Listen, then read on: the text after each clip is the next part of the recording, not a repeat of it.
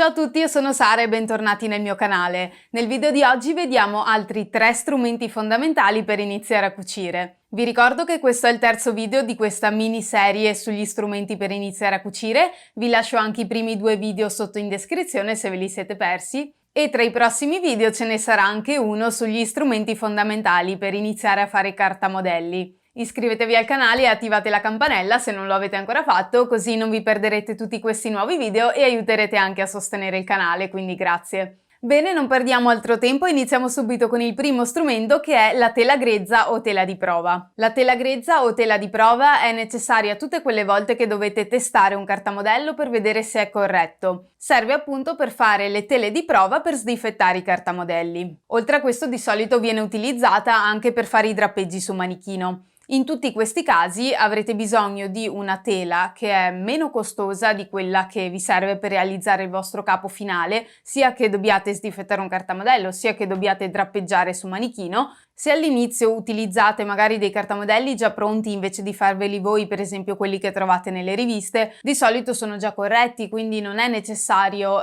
sdifettarli e testarli sul vostro corpo e potete direttamente tagliare l'abito nella vostra stoffa definitiva. Detto ciò, comunque, se si tratta di capi particolarmente aderenti o complessi, come per esempio i pantaloni o le giacche, che è anche facile che facciano dei difetti su fisicità diverse, il mio consiglio è comunque quello di fare una tela di prova e testare anche se sono cartamodelli delle riviste, in modo che vediate sul vostro corpo come veste e non sprechiate la vostra stoffa bella che avete comprato per fare il pantalone o la giacca di turno, che sicuramente è più costosa e magari ce l'avete anche misurata in termini di metraggio. Quindi in tutti questi casi che vi ho citato fino adesso, ossia se dovete testare i cartamodelli delle riviste o testare i cartamodelli vostri o drappeggiare su manichino un abito nuovo, vi servirà avere una stoffa poco costosa e che sia simile a quella che userete poi nel capo definitivo. Se avete già visto qualche mio video che ho pubblicato su cartamodelli e sdifettamenti vari, vi sarete resi conto che io la tela grezza la utilizzo tantissimo. Vi faccio vedere quella che di solito uso. È una tela grezza di cotone dal peso medio. Nei link che troverete sotto nella descrizione di questo video vi lascerò un materiale simile se non sapete dove trovarlo. Quindi questa qui è, come vedete, una tela di cotone ferma e non elastica, 100% cotone. Sia chiaro però che potete utilizzare qualsiasi stoffa per fare le vostre tele di prova, non deve essere necessariamente una che ha questo aspetto. L'importante è che sia meno costosa di quella definitiva che userete per il vostro capo finale, se no non avrebbe senso, e che sia simile per peso. Ossia, se il vostro tessuto finale ha un peso leggero, utilizzate una tela di peso leggero, se è pesante, utilizzate una tela pesante in questo senso. Poi deve essere simile per elasticità, quindi se nel vostro capo finale sapete già che utilizzate un tessuto con una certa elasticità, tipo del 30%, anche il tessuto che utilizzate nelle tele di prova sarebbe meglio che avesse un'elasticità simile. E poi deve essere simile anche per mano. In che senso? Se per esempio il vostro capo definitivo è fatto in un tessuto morbido e cadente, utilizzare una stoffa così che è molto, vedete, croccante, diciamo, e più rigida non sarebbe corretto perché non vedete come il capo cade veramente. Vi consiglio di cercare una stoffa poco costosa che sia anch'essa cadente. Potete anche pensare per questo scopo di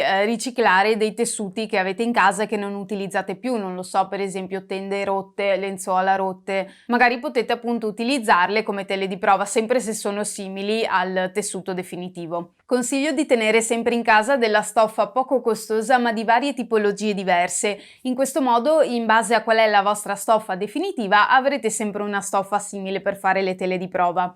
Vi faccio vedere le altre che ho io. Quindi questa è la tela rigida non elastica dal peso medio e che è quella che utilizzo anche più spesso.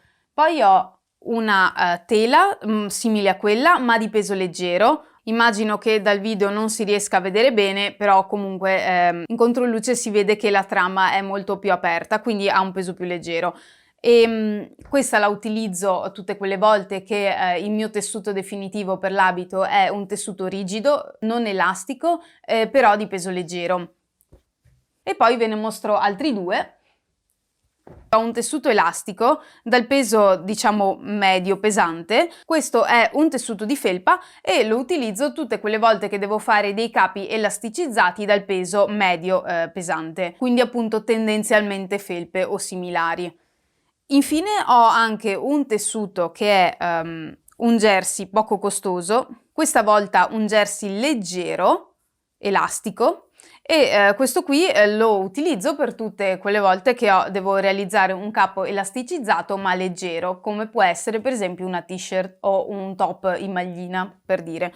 Bene, e quindi io ho 4 tessuti con i quali riesco, diciamo, a fare tutti i tipi di tele di prova praticamente. Cioè, se volete può mancarmi un tessuto un po' più pesante per fare tipo i cappotti, quindi una tela come la prima che vi ho mostrato, non elastica, però più pesante, quella mi mancherebbe.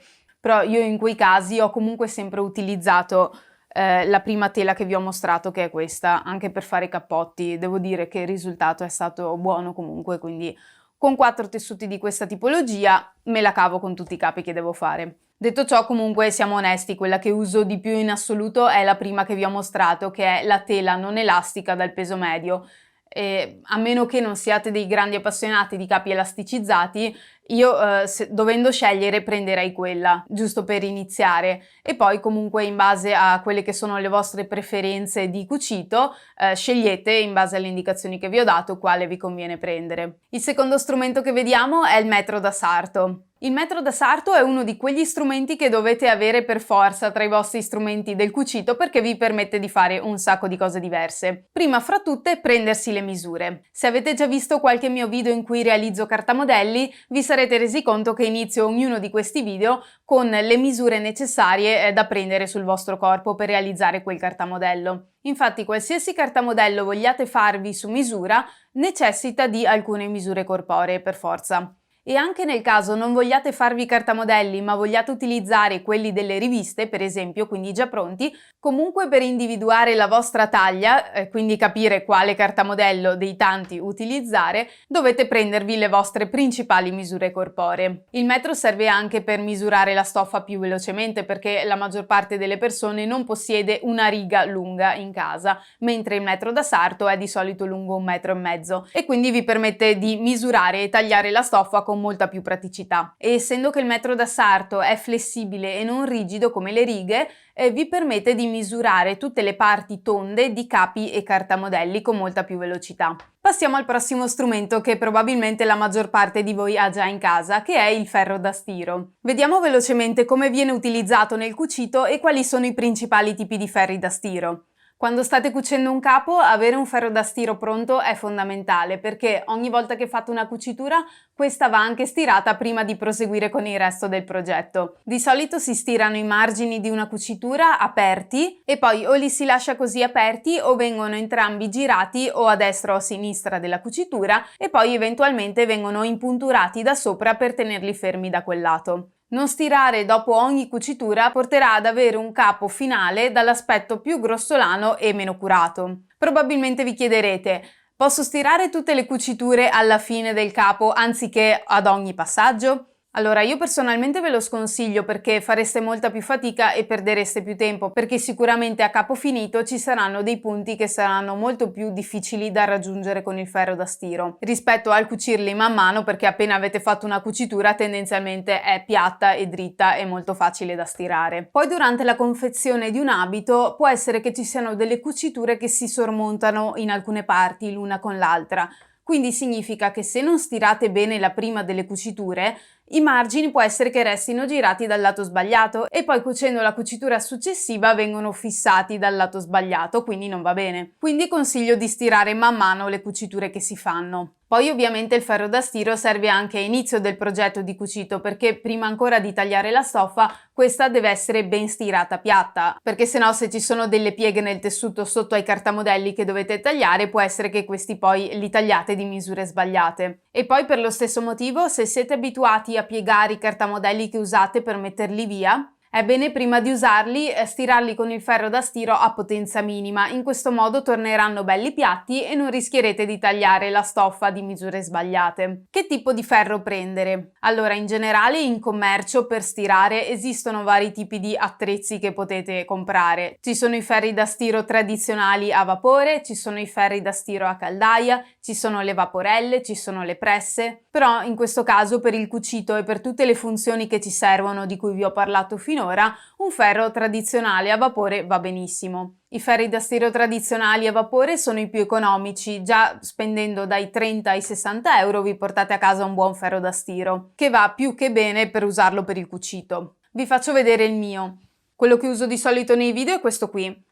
Un semplicissimo ferro da stiro. Vi lascerò anche il link sotto in descrizione se volete vederlo, giusto per avere un riferimento di un ferro medio e normale, senza grosse pretese, ma che fa tutte le sue funzioni, insomma. I ferri a caldaia vanno bene lo stesso per il cucito. Di solito sono di qualità migliore nel togliere pieghe, però hanno anche un prezzo ben più elevato perché vanno più o meno dai 100 ai 300 euro. Il vantaggio dei ferri da stiro a caldaia è che hanno molta più autonomia di un ferro da stiro tradizionale perché hanno un serbatoio di acqua ben più grande rispetto al ferro normale. Questo significa che dovete riempire il serbatoio meno spesso e quindi potete cucire più a lungo. Cioè va bene più che altro se avete tanti capi da stirare, cioè per il cucito andrebbe bene anche l'altro, voglio dire, non cambia molto. Solo che il ferro da stiro tradizionale, ricordatevi che finisce l'acqua più velocemente e quindi dovete riempire il suo serbatoio che è più piccolo più spesso. Bene, per il video di oggi è tutto, direi che abbiamo finito con gli strumenti fondamentali che servono per iniziare a cucire. Scrivetemi qui sotto se possono interessarvi altri video di approfondimento su strumenti che non abbiamo ancora trattato e che magari sono di un livello un po' più avanzato, come per esempio i manichini,